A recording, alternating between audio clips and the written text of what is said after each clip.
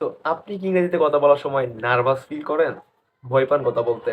তাহলে আজকের ভিডিওটা আপনার জন্যই। আজকের ভিডিওতে আমি 5টা টিপসের কথা বলবো যেগুলো ফলো করলে আপনি কনফিডেন্টলি স্পিকিং করতে পারবেন।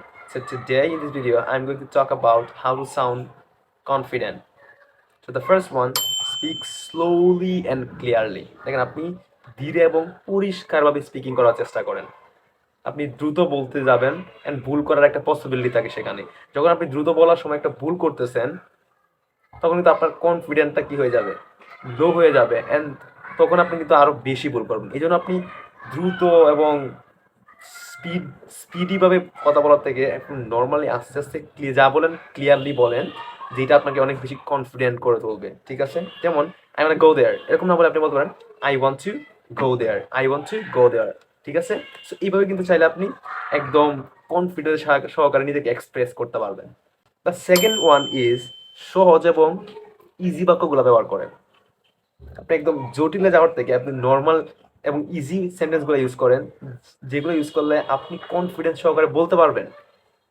কারণ আপনি যখন কঠিনে যাবেন তখন কিন্তু আপনি ভুল করার একটা আপনার ভয় থাকবে এবং সেটা আপনাকে কি করবে, আপনার কনফিডেন্সটাকে লো করে দিবে। এই জন্য একদম সহজ এবং ইজি বাক্যগুলো ব্যবহার করেন।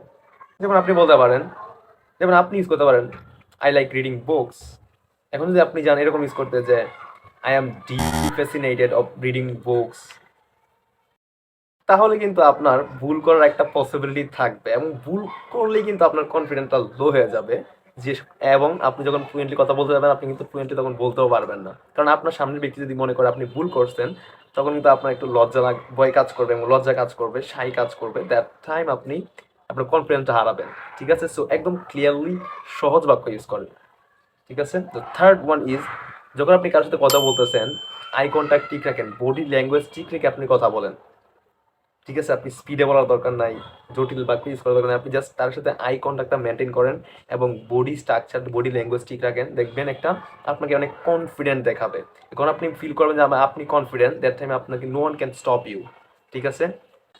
আর আপনি আরেকটা জিনিস করতে পারেন, যা tip number 4 is learn some common phrases and idioms. ঠিক আছে? আপনি কিছু সাধারণ ইডিয়মস এবং ফ্রেজ শিখেন, যেগুলো আপনি যখন স্পিকিং করার সময় ইউজ করবেন আপনাকে মোর নেচারাল এবং কনফিডেন্ট লাগবে। যেমন in my point of view, my opinion, I think of, let me think, that's a good question, like this. এই ধরনের স্মল ফ্রেজেসগুলো যদি আপনি ইউজ করেন, আপনাকে মোর নেচারাল, শুনতে অনেক ভালো শোনাবে এবং স্মুথ, একদম মনে হবে আপনি স্মুথলি কথা বলতেছেন, যেটা আপনার কনফিডেন্সটা অনেক বাড়াবে।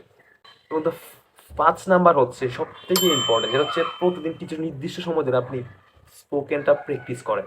প্রতিদিন নিজের সাথে কথা বলুন, ভিডিও রেকর্ড করেন, কোনো একটা টপিক নিয়ে আপনি এটা নিয়ে ভিডিও রেকর্ড করেন। এই বিষয়গুলো যদি আপনি প্রতিদিন মেনটেন করতে পারেন, আপনি যখন কথা বলবেন দেখবেন আপনি একটা কনফিডেন্ট ফিল করতেছেন, রাইট? যেমন আমি প্রতিদিন ইংলিশ প্র্যাকটিস করি, যখন আমার ভার্সিটিতে আমি প্রেজেন্টেশন দিতে যাই তখন কিন্তু আমি অনেক বেশি কনফিডেন্ট থাকি এবং আমার প্রেজেন্টেশন অনেক ভালো হয়। সো এই 5টা টিপ ফলো করলে আপনিও একদম একদম এক কনফিডেন্ট স্পিকার হতে পারবেন। Just you need to follow all those instruction that I have already given you. Okay? So now today